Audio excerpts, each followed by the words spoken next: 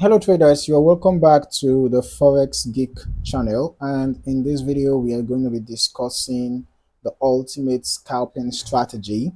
And this strategy works seamlessly on the 1 minute and the 5 minute time frames. Okay, this method is designed for fast-paced traders who want structure and not guesswork. All right. So basically, the first phase is to identify the dominant trend. So you have to start on the 5 minute chart. You apply two exponential moving averages, which are the 20 EMA and the 50 EMA. Okay, so let's just apply those averages to the chart right now. We are going to use the ribbon moving average, and we're just going to, you know, change this to EMA, change this to EMA. We are going to work with the 20 and the 50 EMAs. Okay. All right. Now, basically, when the 20 EMA is above the 50 EMA and both are sloping up, we are looking for buys only. All right. And when the 20 EMA is below the 50 EMA and both are sloping down, we are only hunting short opportunities. Okay, so this trend filter keeps you on the right side of the market and prevents against trading against momentum. Okay, it actually prevents you from trading against the momentum. Now you drop to the 1 minute chart for your precise entries. Okay, on the 1 minute chart, you wait for the price to pull back into the moving average zone, which is between the 20 and the 50 EMA. This becomes your dynamic support and resistance area. Now here is the key: look for candlestick confirmation within that zone. Okay, for example, we can see that we had a pin bar around here. Can you see that? Can you see how we had this pin bar here? You can see this bullish candlestick that we had here. Okay, so you have to watch out for a confirmation candlestick within that zone.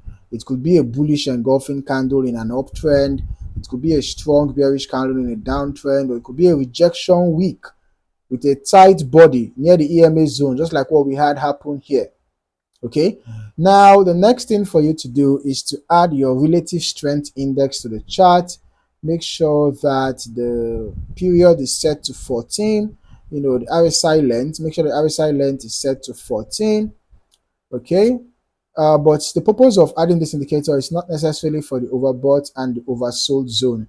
You just want the RSI confirmation of momentum, and that is it. So basically, in an uptrend, the RSI should stay above 50, and in a downtrend, the RSI should stay below 50.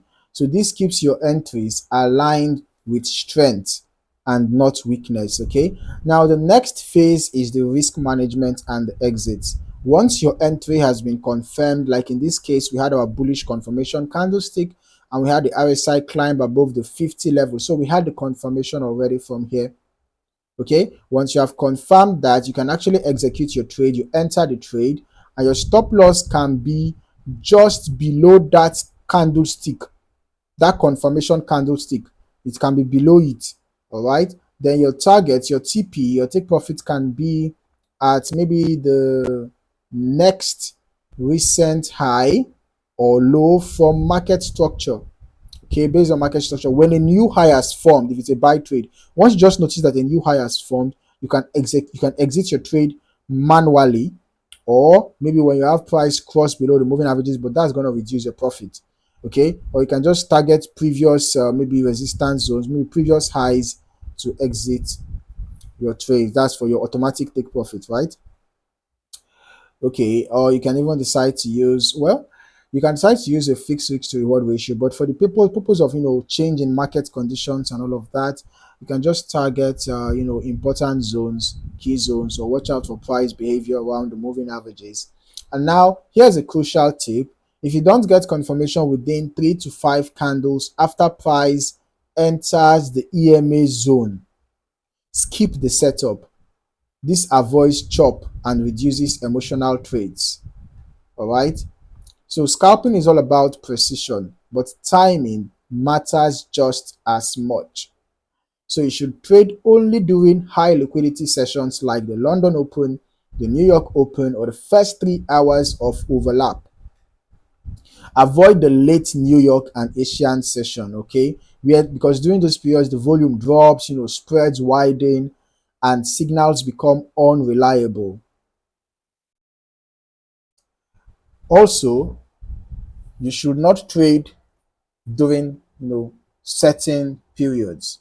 You should skip the strategy during high impact news. When there is a high impact news, the likes of FOMC, CPI, NFP, advanced GDP, and the rest of them. When you have such high impact news, you should actually consider not trading. Okay. And also, when you have consolidating markets, you should also not trade.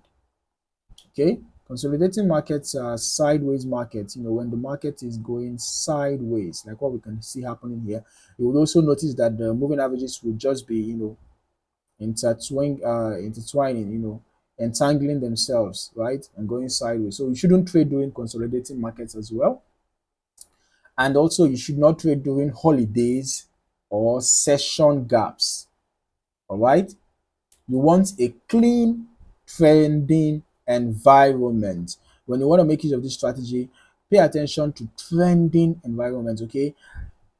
Only trade during the trend and also trade in the direction of the trend. All right.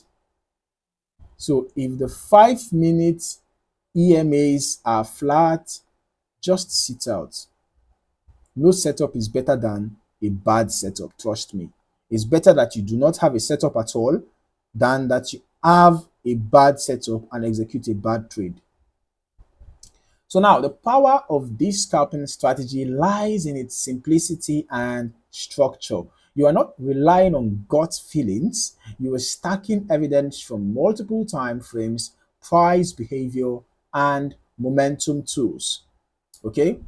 So if you found this strategy clear and easy to apply, just do me a favor and hit that like button. Also, subscribe to this channel for more real world trading strategies like this for 1 minute and 5 minute charts and even higher time frames. Okay. Thank you for watching, and I look forward to seeing you in the next video.